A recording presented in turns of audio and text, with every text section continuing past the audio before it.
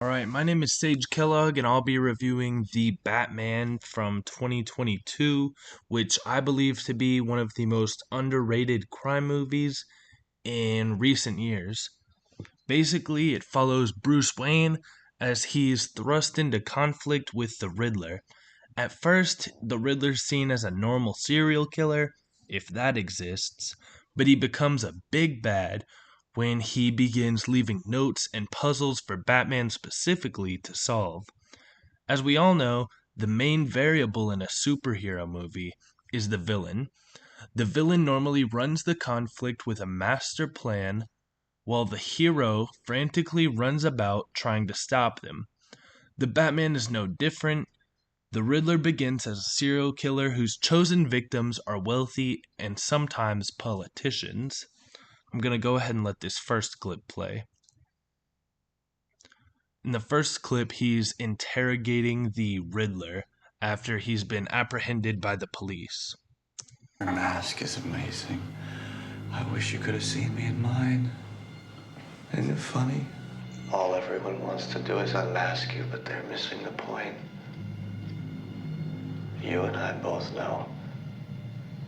I'm looking at the real you right now. My mask allowed me to be myself completely. No shade. No limits. Why did you write me? What do you mean? All those cards. I told you. We've been doing this together. You're part of this. We didn't do anything together. We did. What did we just do? I asked you to bring him in the light, and you did. We're such a good team. We're not a team. I never could have gotten him out of there. I'm not physical. My strength is up here. I mean, I had all the pieces. I had the answers, but I didn't know how to make them listen. You gave me that. I gave you nothing. You showed me what was possible. You showed me all it takes is fear and a little focused violence. You inspired me. You're out of your goddamn mind. What? This is all in your head. You're sick. Twisted. How can you say that? You think you'll be remembered? You're a pathetic psychopath. Begging for attention. You're gonna die alone. No! A nobody! Alright, so this is really interesting because the Riddler obviously sees himself like another Batman.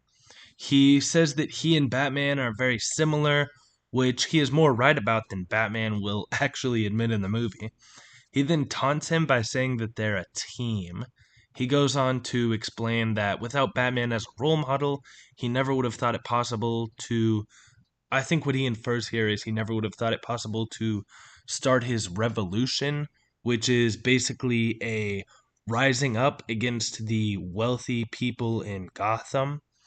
But Batman then denies and rebuttals his statement by degrading him, making it clear he isn't on his side and would probably be vigorously smashing his head in if the bulletproof glass wasn't protecting him.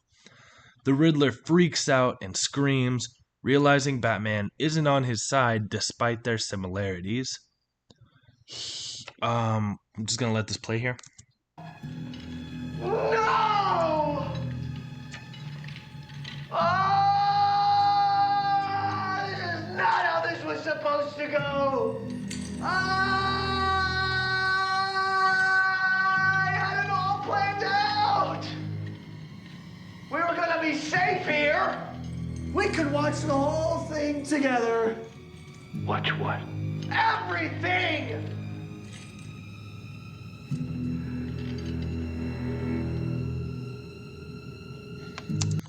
So this is really interesting because the Riddler obviously is freaking out, but he says that he wanted to watch his plan unfold with Batman, which is confusing at first, seeming to come out of nowhere, but we can deduce that his frustration in his next few sentences explains that he wanted Batman to be his cohort in this. He wanted Batman to stay with him and watch his master plan unfold as if they were on the same side. It was all there. You mean you didn't figure it out? Oh, you're really not as smart as I thought you were. I guess I gave you too much credit. What have you done? What's black and blue and dead all over? You. If you think you can stop what's coming. What have you done?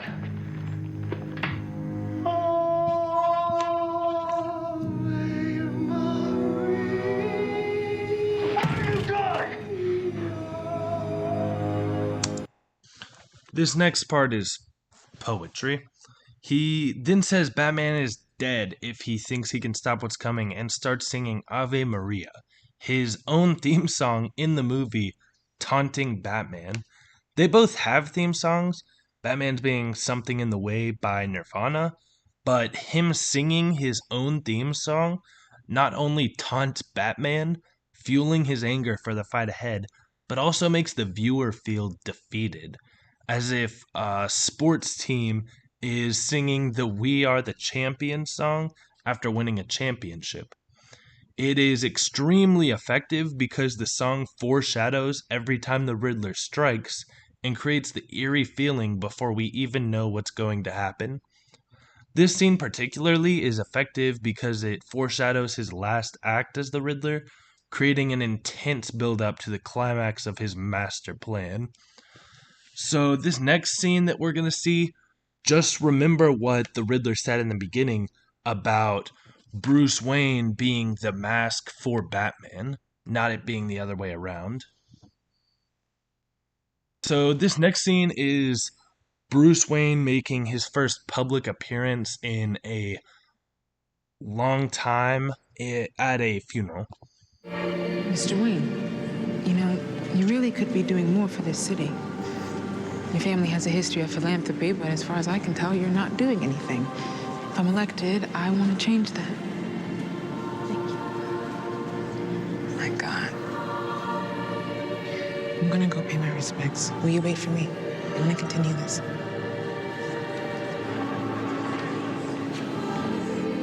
Excuse me. I'm so sorry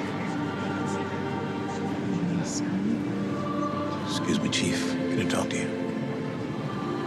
Gil Coulson is missing. What? Hasn't been heard from since last night. Christ, not again. Hey, Mr. Wayne. You got people looking for him, Jim? Sent a couple guys to his house. Nothing. What does wife say? She hadn't heard from him.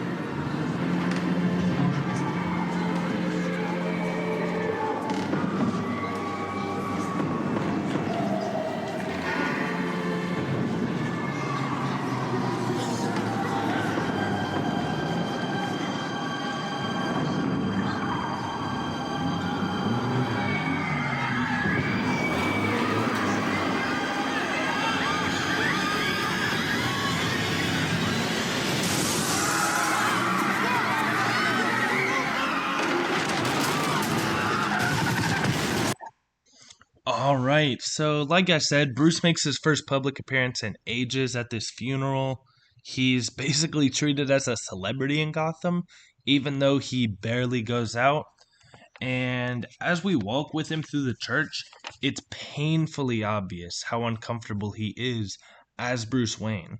He seems bored, and we can see him stare off into the distance as a candidate tries to win his vote, I guess, by asking for him to use his family's money for philanthropy. He stares at the young boy alone, obviously seeing himself. We then get to see Bruce really come alive and save the boy from the car crashing into the building.